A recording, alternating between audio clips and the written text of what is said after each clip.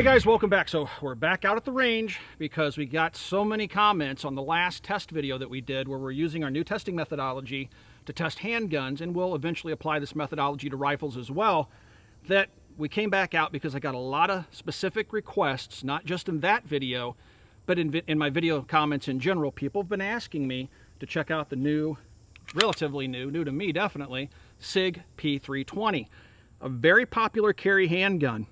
A lot of people coming in the store buying them, a lot of people carrying them, a very popular handgun. So we came out today to apply the same testing methodology. Basically, let me run through it really quick here for you. We have water. We're going to start off by dunking the gun in water. Then we'll move it over to sand. We'll push it flush on both sides into sand. Fire 10 rounds. And then actually, I think we got the magazines loaded with 15. We'll have to fix that. Then we'll take it over, flush it, get the sand off, come over to the dirt, push the gun in on both sides into the dirt, fire 10 rounds, bring it over, flush it in the water, come over to the mud, submerge it on both sides, fire 10 rounds, okay? So that's what we're gonna do. If at any point the gun stops working reliably, we'll stop, break it down, see how dirty it is on the inside, clean the gun, and then resume testing to see how it fares. If it makes it through this first battery with no malfunctions, and I'm not going to count slide not locking open in the last round fired as a malfunction, but if we start to see erratic ejection, if it's just starting to stovepipe, things like that, we'll go ahead and stop the test like we did last time, clean the gun, and resume testing. But if it makes it all the way through, then we're just going to go from one to the other to the other to the other with no breaks, without dunking it in between, what we're going to call the gauntlet. We're just going to see if we can get it to stop working. All right, the ammunition we're going to use is the exact same ammunition we used last time. This is the Fiocchi 124 grain Combat. This is as close as we can really find commercially to military NATO ball ammunition. In my last video, I said I couldn't get ZQI ammo anymore. Guys, ZQI is still importing ammunition. It's just the 9mm I can't get anymore. They're not bringing just the 9mm in. And then for a break-in, we used Freedom Munitions, which is a 115 grain ball. In my last video, this is a brand new gun. In our last video, a lot of you guys said you need to break the guns in. I do not believe in a break-in period. I'll explain that in a different video. But we went ahead and fired 200 rounds for the gun today, cleaned it up, lubed it with CLP, which is a standard military lubricant I use on all guns. I do not believe in using specialty lubricants, specialty greases, or anything like that. I use just a standard 30-plus year approved military lubricant, which is CLP, and we're going to use that in all weapons testing we do going forward. All right, so I think I've covered off on everything. It's time to get the blast shield down, pick the gun up, and do some shooting.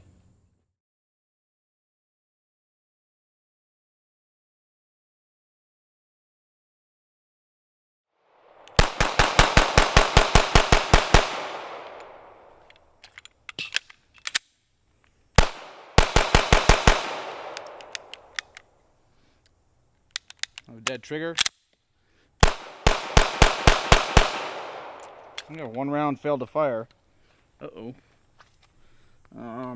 Where is that? All right, so we found the round on the ground. It looks like it was a really light primer strike. I'm going to reload it in this magazine, and we're going to see if we can shoot it.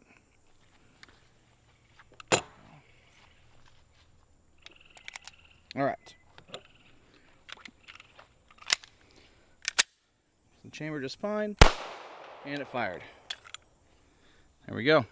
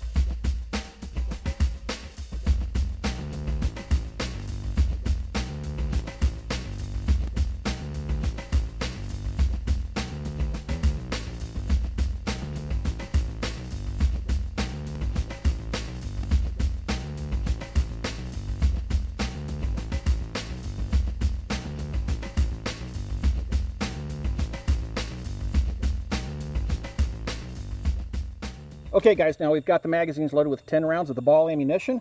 We will go ahead and make the weapon ready as if we were going to carry it. It is a striker fired pistol. We have a round in the chamber. Going to submerge it in water. Let it sit there until the water stops, or the bubbles stop coming out so we know it's completely full. Okay, 10 rounds. Locks open. Now I will have to reload my own magazines, guys, so it's going to take a little bit longer because we're one person short today. Go ahead and make the weapon ready. I'm going to push it into the sand, flush, one side, flush the other side, and 10 rounds. Locks open. I'm going to go ahead and flush the gun. I'm going to let it set in the water. Doing awesome so far. 3. This is just the beginning.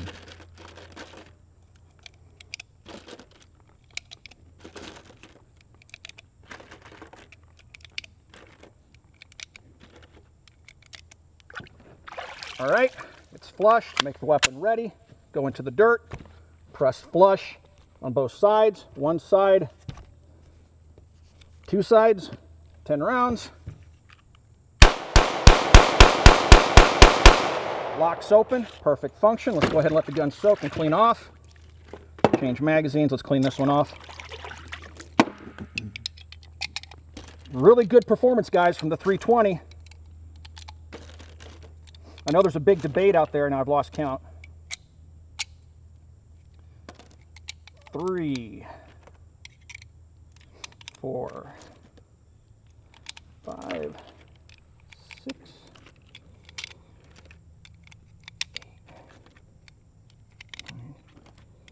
10. I was going to say, I know there's a big debate out there regarding striker versus hammer fired. All right, here we go. Weapon's ready, into the mud. A little soupy, one side, then the other. Oh, man, I'm standing back for this. Here we go.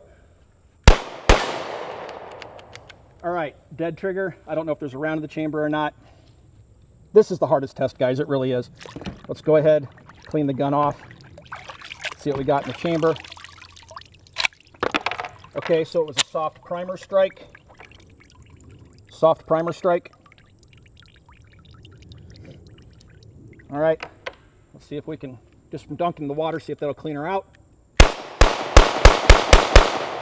Perfect, locked open. The mud is a little bit soupier, guys, than last time. Let's go ahead and try that again. 1, 3. I think it can do it. 4, 5, 6, 7, 8. Mask is getting a little foggy there, Tim. It's hot as heck out here. The mosquitoes are driving me nuts. Yeah. Make the weapon ready. I'm just going to lay it on top since it's a little bit soupier. Lay it on the other side.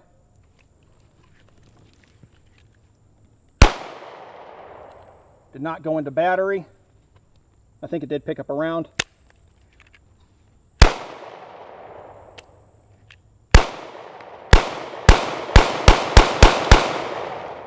Awesome. That is awesome, guys. The mud's even a little bit soupier than last time. And I would say the gun did actually pretty darn good. I consider that to be impressive.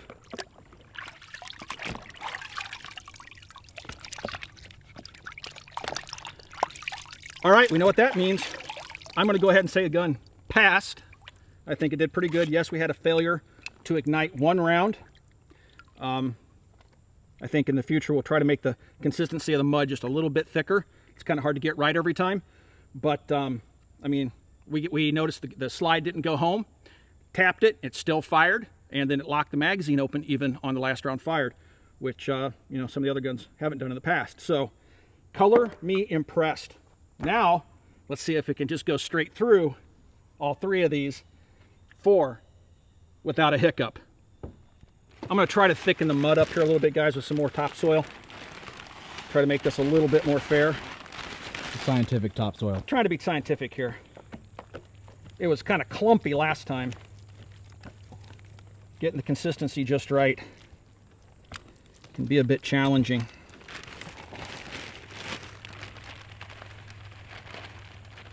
Last time the gun just kind of laid on top of it and slowly sank in. see if we can get about the same consistency. I think this is getting pretty close.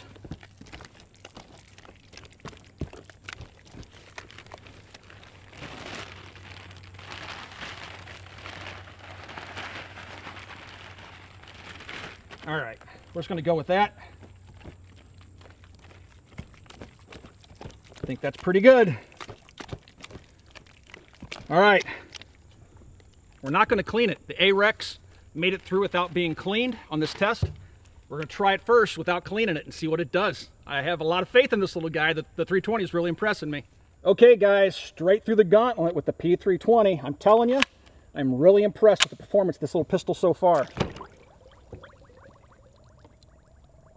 10 rounds. Okay, that was a failure to fire. No double strike capability. Let's go ahead and I want to save that round. I want to look at it. Okay, that was a light fire, or a light primer strike. We've had several of these today with the gun. Let's try it one more time. We only have 9 rounds now. I will say, I'm impressed, but that's concerning me.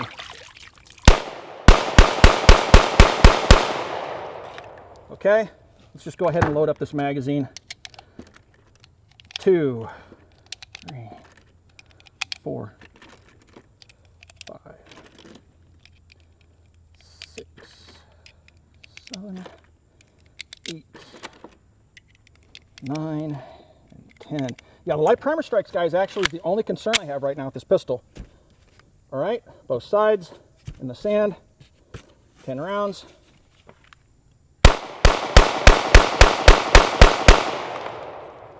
It's ejecting pretty much straight up. It's not throwing the brass very far away.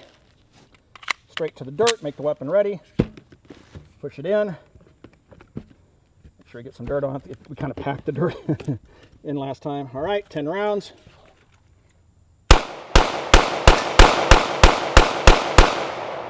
All right, we're gonna have, magazine's kind of sticking. I'm gonna clean the magazine off, not the gun. I almost stuck the gun in there. Gotta load 10 more rounds, we go straight to the mud. 1. Don't want to put dirty ammo into the gun. That would not be fair. 3, 4, 5, 6, 7, 8, 9, 10. All right, here we go. Straight to the mud. All right, turn it over. And 10 rounds. All right, did not go into battery. I think my striker's dead. It is. Didn't go into battery.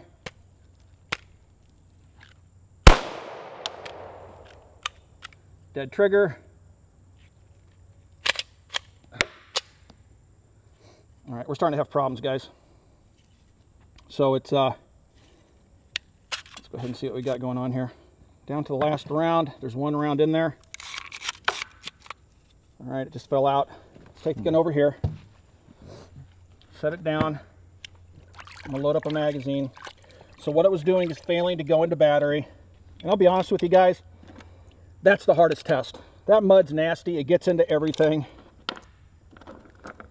The AREX sailed through it. I'm still impressed by that. Oh, it's fogging up so bad I can't see what I'm doing. See if I have 10 rounds left. I have to crack open another box here. Okay, there's 10 rounds. Let's just go ahead and see if we can get the gun working just by shooting it. Did not go into battery. Did not go into battery.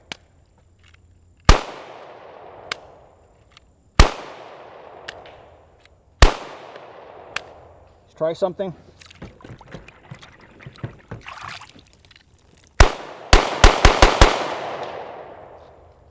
Okay, so the mud, a little bit soupier still than the last time.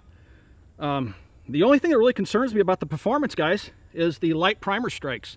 We had a light primer strike when we were doing no testing. We were just shooting the gun right after we were doing our 200 round break-in. We had 1 light primer strike.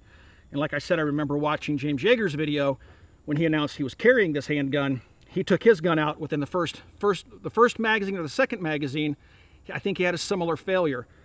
I'm not sure if it's a weak primer, a spring on the striker or something. I don't know.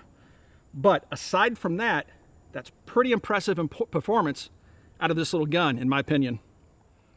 All right, guys, so we want to give you our final thoughts. If you don't know who this is Sam. He is now part of the Copper Custom team and the Mac channel team. And we're going to share our final thoughts with the testing this afternoon. I know you weren't present for the first set of tests that we did, but I watched the video, so. See, he's a follower. I subscribe to the Military Arms channel. That's the only reason he got hired. But while you're here, man, and you were present for these tests, I mean, really, it's more or less a gut check. You know, these really aren't scientific. We have a test sample of 1. We can't control where the sand or the mud gets into the gun exactly the same way every time, right? So it's not scientific, but given that, what's your overall impression of the performance of the gun this afternoon? You know, I think that any major manufacturer that puts guns out on the market and have the pedigree of a company like Sig Sauer, you should expect one of their products to be able to complete something like this. It wasn't like we were burying it in the frozen tundra overnight, and like we didn't go into the sand or the mud or the dirt with an open action. Right. But it could get in between the slide rails and into the trigger mechanism for the rear, into the striker cavity there, can kind of get in the rear. But yeah, I think it did really well. So overall, my impressions is that the gun worked extremely well. I was actually really impressed with the performance of this gun. Talking about the points of ingress, you'll notice there's some openings here where the sand could have gotten into the gun. There's openings on the other side as well. The striker channel is fairly sealed. I don't want to muzzle Sam or anybody else, but you can kind of see. But again, I think the gun did really well. Now, the tests that we're doing out here, Sam, would you say that you already said as much? It's not like we're doing something out of the ordinary or something that's extreme. We're not burying the guns under dirt and mashing it into the gun. We're just laying the gun on the surface. And the reason we chose to go that route, guys, is because we're trying to simulate what would happen if you're in a fight, you have your weapon and you fall on the ground or you're struggling with somebody. At best, you're going to push it flush into the dirt that you're laying in with your own body weight, right? Sure. You're not going to bury your gun typically. So that's why we structured the tests the way we have. Yes, I can make any gun. I could take the most reliable gun on the planet and pack sand into it, pack dirt into it. Or like a hand sandwich or a Twinkie. Right. I mean, if I really press it in there, I'm going to cause the gun to malfunction. Sure. Plus, we didn't lock the slide to the rear and let stuff get into it. No gun would survive that. So I really think our tests are sound. I don't think that they're asking too much of any of the guns that we subject to the testing. No, I don't think that it's anything that's, like you said, you're not asking too much of something to be able to complete what we're doing here. Right. The mud was pretty soupy, and you know that's probably the roughest besides the sand. Yeah. And you know and we tried to thicken that up for the second round when we did the gauntlet. Yep. And again, I think it did pretty well. The only concern that we had is the light primer strikes. Had 2 of them. That was weird. The first one that happened was I had fired one 15-round magazine. That was the first 15 rounds for the gun, and then the second one happened like another 3 or 4 rounds. You had to look back in the video. Right. It was like another 3 or 4 rounds into the second magazine. It was on a brand new gun, never been in any sand, dirt, or mud.